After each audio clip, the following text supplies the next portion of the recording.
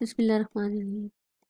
पिछले लेक्चर में हमने are K method of order 2 drive किया था और उसका लोकल ट्रंकेशन एरर भी हमने देखा था कि वो सेकंड ऑर्डर का है in contrast to other method जिसमें ट्रंकेशन एरर फर्स्ट ऑर्डर का होता है।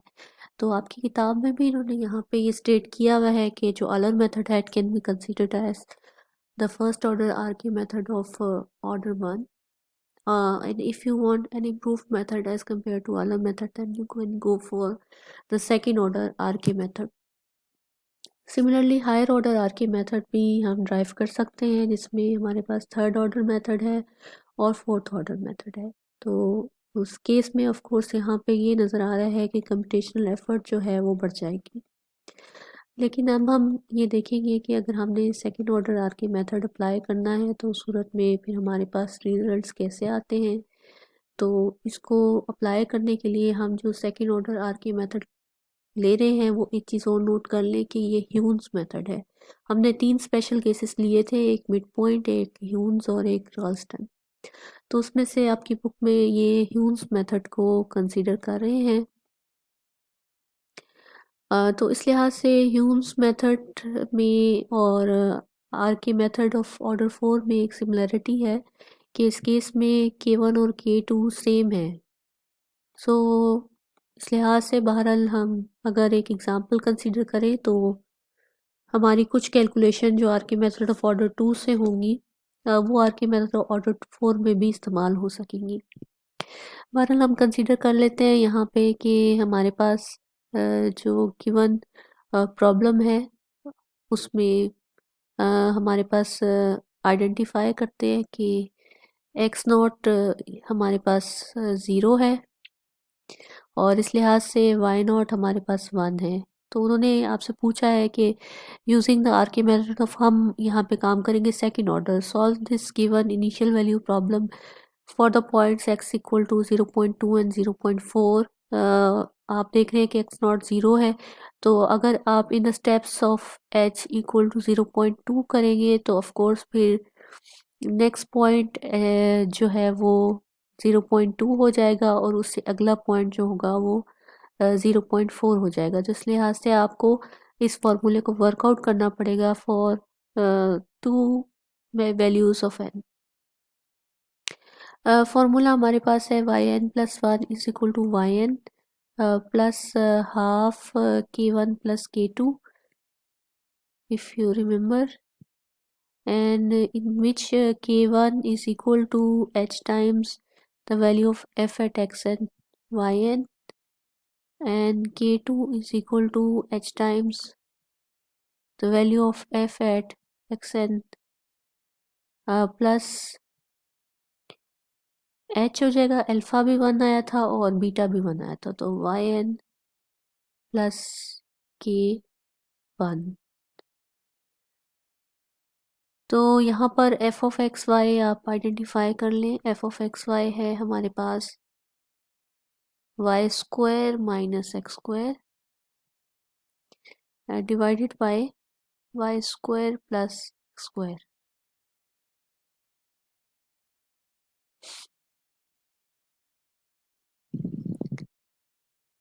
तो अगर हमने y1 फाइंड करना है which is the value which will approximate the value at x1, in other words the value of y at 0.2, तो उसके लिए फॉर्मूले में हमें n की वैल्यू जो है वो 0 पुट करनी पड़ेगी फॉर डूइंग दिस। तो n की वैल्यू 0 के लिए हम y1 कैलकुलेट करना चाह रहे हैं, तो ये आएगा y naught plus half k1 plus k2 where k1 will be equal to h times the value of f at x naught y naught, n को हम 0 ले रहे हैं, और k2 will be equal to h times the value of f at x naught plus h and y naught plus k1। सबसे पहले हमें k1 निकालना है, तो h की वैल्यू हमने ली है 0.2, f है y square minus x square, तो y naught square minus x naught square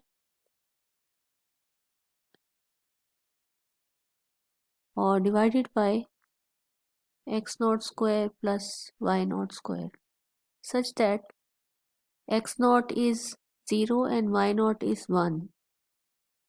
तो आंसर 0.2 आ जाएगा।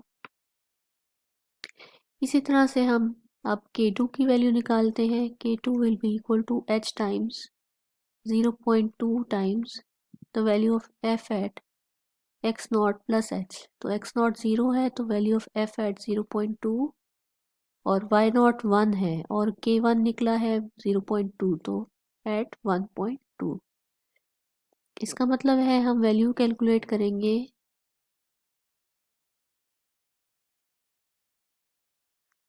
f हमारे पास है x y नॉट स्क्वायर।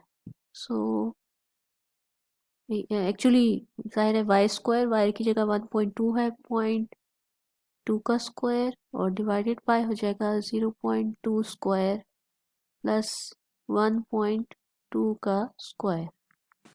ये वैल्यू अगर हम कैलकुलेट करते हैं तो इससे हमारे पास आंसर आता है 0.1944। 5 डेसिमल प्लेसेस तक मैंने कैलकुलेशन की है और फिर ये वैल्यूज़ k1 और k2 की अगर हम y1 में सब्स्टिट्यूट करते हैं, y0 की वैल्यू हमें पता है 1 है, तो हमारे पास आंसर आ रहा है 1.19722। तो this is an approximate value of the value of y at 0.2 provided आपने h की जो स्टेप लेंथ है वो 0.2 ली है। सिमिलरली अगर आप y की वैल्यू 0.4 पे अप्रॉक्सीमेट करना चाहते हैं तो उस सूरत में यहाँ पर जो फॉर्मूला आप यूज़ करेंगे y2 का होगा जो कि y1 plus half times k1 plus k2 से आएगा, जहाँ पे k1 जो है वो होगा h times the value of f at x1 y1। तो x1 आपको पता है 0.2 है और y1 अभी हमने निकाला है 1.19722 और k2 की वैल्यू आएगी h times the value of f at x1 plus h। तो x1 जो है वो 0.2 है तो h 0.2 है तो ये 0.4 हो जाएगा ये आर्ग्यूमेंट और y1 प्लस k1 होगा। तो दिस इज अब जाहिर है हम वाई k1 निकालेंगे तो हमें पता चलेगा कि y1 यानी 1.19722 में क्या चीज़ ऐड करें जो इसका आर्ग्यूमेंट बने। ये दो कैलकुलेशन करके आप यहाँ सब्स्टिट्यूट करेंगे तो you can have the value of y at 0.4, approximate value of y at 0.4 through the midpoint through the RK method of order 2। एक चीज़ यहाँ नोट कर लें कि यहाँ पर आपके पास जो सेकेंड ऑर्डर मेथड यहाँ पर दिया गया है, ऑल्दो ये ह्यूम्स मेथड है लेकिन यहाँ पे ये एक मिसप्रिंट है कि यहाँ 2 नहीं आएगा। नेक्स्ट लेक्चर में हम देखेंगे कि हम are K method of order 4 किस तरह से अप्लाई कर सकते हैं।